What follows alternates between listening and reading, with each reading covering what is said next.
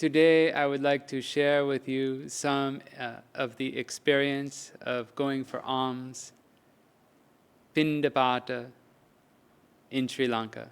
Sri Lanka is one of the best experiences that one can have for going for alms. It'll feel like you're doing this during the time of the Buddha, almost, a little bit. It's a very wonderful experience. It's different from other countries. But before we start, we must pay respect to the Buddha. Namo tasse bhagavato arahato samma sambuddhase. Namo tasse bhagavato arahato samma sambuddhase. Namo tasse bhagavato arahato samma sambuddhase. So the alms in Sri Lanka is a lot different from the alms or the Piṇḍapāta in other countries. Now, of course, you can experience this in other countries as well, the way that we do in Sri Lanka. But it is somewhat unique, and it's a very wonderful experience.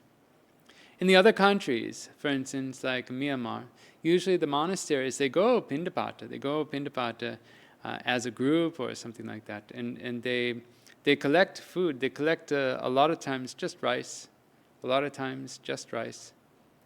and sometimes they also collect the curries, and they mix them all together, and they walk. It's like almost like a parade of monks, maybe, depending on the size of the monastery.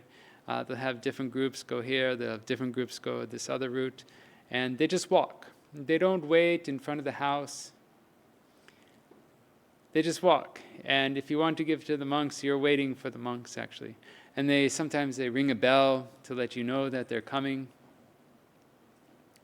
And sometimes, like in Thailand, mostly they'll just give you rice. And it's mostly ceremonious, sort of just for merit.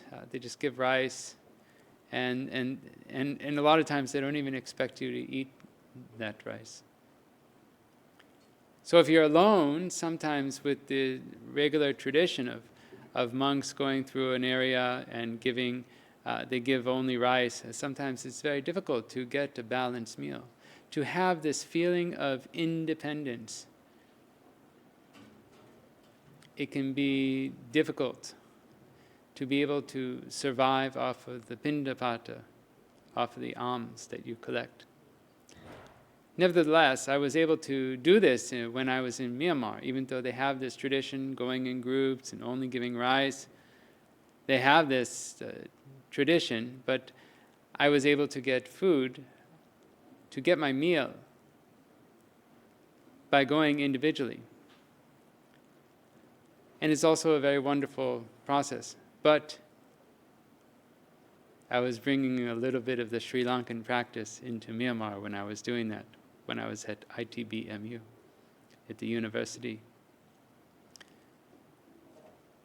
I also did this when I was in Pa'ak Toya, in the Pa'ak village. Pa'ak is actually named after the village, not named after the Sayadaw. We call him Pa'ak Sayadaw because he's the teacher, the main forest teacher of that village, actually. So the monasteries, a lot of times they take the curries and they collect them. Sometimes they mix them all together and they make a meal out of that for the whole monastery, especially some of the larger monasteries, like Mahavihara.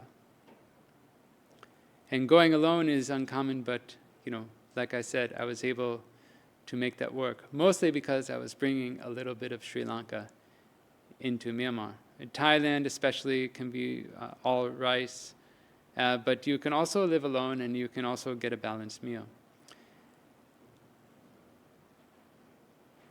But people have to know, when people know that you're going to eat the food in any country, then they will give the proper food, and they'll feel much better about it.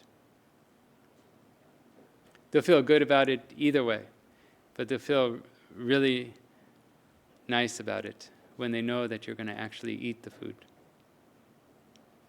In Sri Lanka, especially in the smaller villages, nearly every house just magically gives hot rice and curries, and sometimes other foods, sometimes maybe some fruit or some snacks or whatever. But each house normally gives rice and also a curry. And I don't know how they do this. Sometimes I might be going to a neighborhood which they don't know that I'll be going to.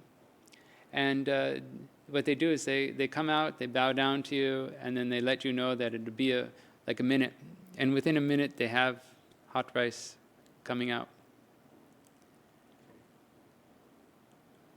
Here they usually have, because they know that I'm coming, usually on the weekends, I usually come on the same route, they usually put a chair outside.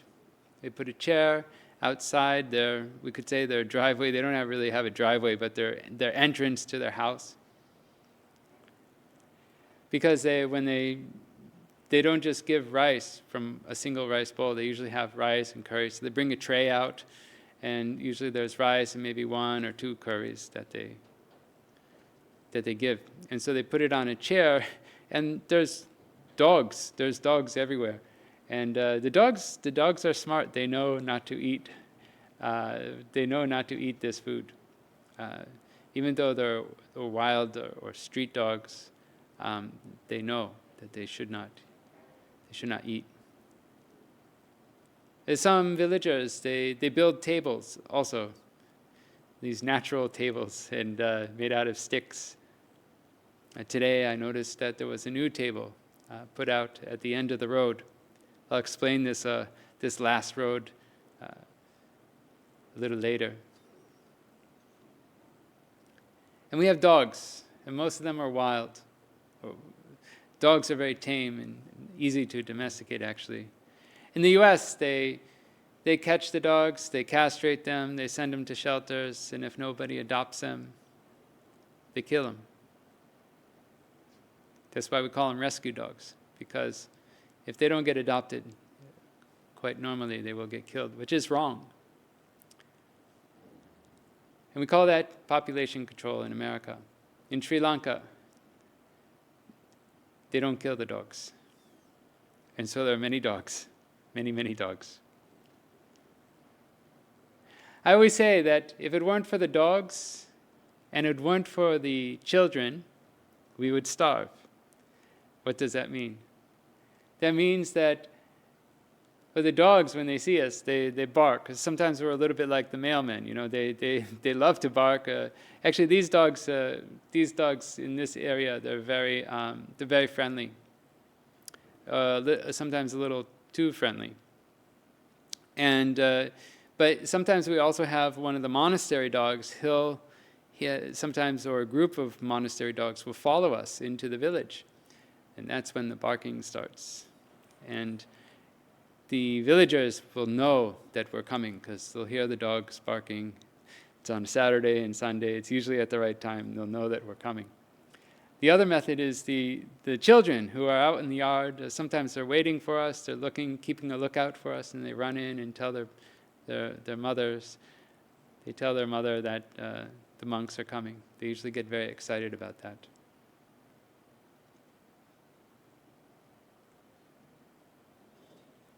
So they come out and they respectfully give us the food, give us our meal. And some people, they put the rice spoon by spoon. Usually after maybe like 2 spoons of rice, we usually put our hand out and that's a signal that they gave enough. But there's other mothers who I call them scrapers, and what they do is they just take their bowl and they just empty out the whole bowl, and we can't do anything at that point. We cannot tell them not to. There's quite a few, more and more actually are doing that now. then they put the rice, the empty rice bowl, or sometimes if they do by spoons, they'll put the remainder of the rice on the chair or on the table that they just built. And then they'll take a curry and they'll do the same thing. And usually we try to only take like 1 spoon of curry. Usually this is more expensive, so we usually try to only take one spoon of curry. But we can sense if they want to give more, then we can accept more. But even if they want to give more, sometimes we try to take less. And of course you have these mothers who know how to bypass these limits, and they just take the curry and they just pour it in. Some people put the curries in bags, and most of the time in Sri Lanka it just goes directly into the bowl and it gets mixed in a little bit. And then afterwards we can sort it out when we're giving to the other monks. I'll explain that later. And then afterwards, after they give the rice and the curries, they sort of bow down a little bit, and then we give a small blessing. Usually we chant from the Piṇḍapāta. Abhivadana silisa nicham uddhapachahino chattaro dhamma vadhanti ayuvano sukham balang. What does that mean? I say this all the time. For one who is constantly worshipping the elders, 4 things are to increase: long life, beauty, happiness, and strength. Why is that? Well, when they give food, it gives long life. The food also gives a good and healthy appearance. The food also gives happiness, and the food also gives strength. When they give the food or the meal to me, I get these things. And we say what comes around goes around, and they get these back, they get these qualities back. That is long life, healthy appearance, happiness, and energy or strength. Then when we come back, we don't like to waste the food, especially from the village. We consider this some of the most expensive food because it's collected with love and given with love for the purpose of merit and the purpose of support and the purpose of offering and veneration.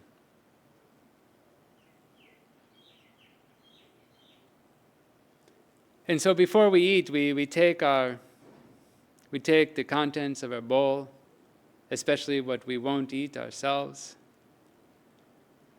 Quite often we take the best portions, and we'll empty that into a larger container. And we'll put the rice on one side and we'll put the curries on another side. Sometimes people just empty their whole bowl and then they just take a little bit for themselves. I like to keep it sort of separated so that people can pick and choose what they want. The food is still clean because we do this before we eat, not after we eat. We give before we eat ourselves. The food is clean, the food is unspoiled. And as I said before, we regard it as expensive because it was made and collected in the traditional way with love. And not only that, we put this extra food at the front of the monks' buffet line. It's first, so that people, the monks, when they take their food, they see this and they get happy. I know I do. For some for some reason I don't go. I think a month before my exams I stopped going, but some monks, they still went. And I saw this large container with the alms food there. You can tell it's the rice from going alms because it's usually stained with some other curries. The curries, all go into the same bowl.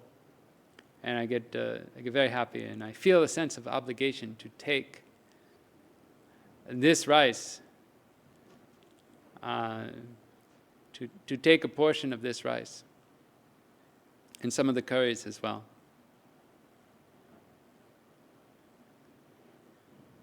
Now we know that Sri Lanka has had a time of what we call economic crisis.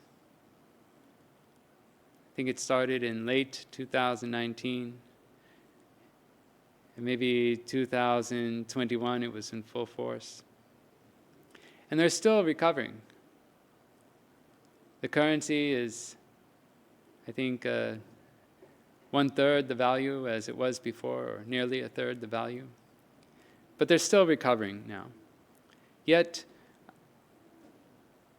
when we come on the weekends, they seem to really appreciate what we're doing.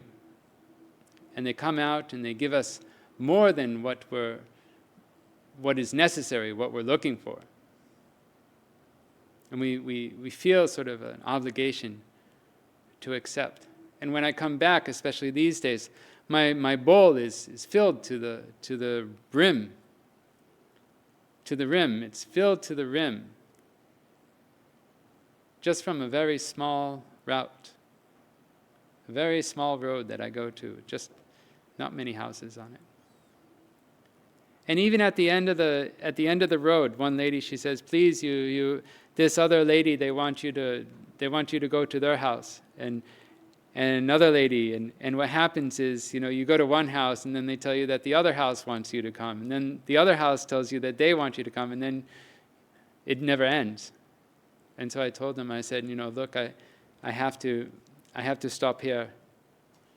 If they want to come, they can come, but I want to stop here. So now at the end of the road, there are 3 families who give at the end of the road. But even though they're giving, and even though they're in the village, they're villagers, we can see that there are several new brick houses that are being made on this one road alone. Times are good. What comes around goes around. Even with the economic hardships, the housing is improving for them. So it's very wonderful. I get very, I get what we call the mudita, happiness and joy for the success of other people. When you see the success of other people, you get this happiness and joy. And I feel a little bit that it's because of their generosity. I really feel.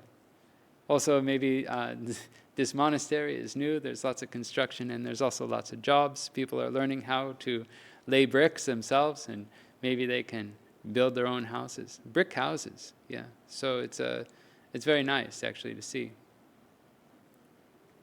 So it comes around, goes around, and it's very nice to see that there are people benefiting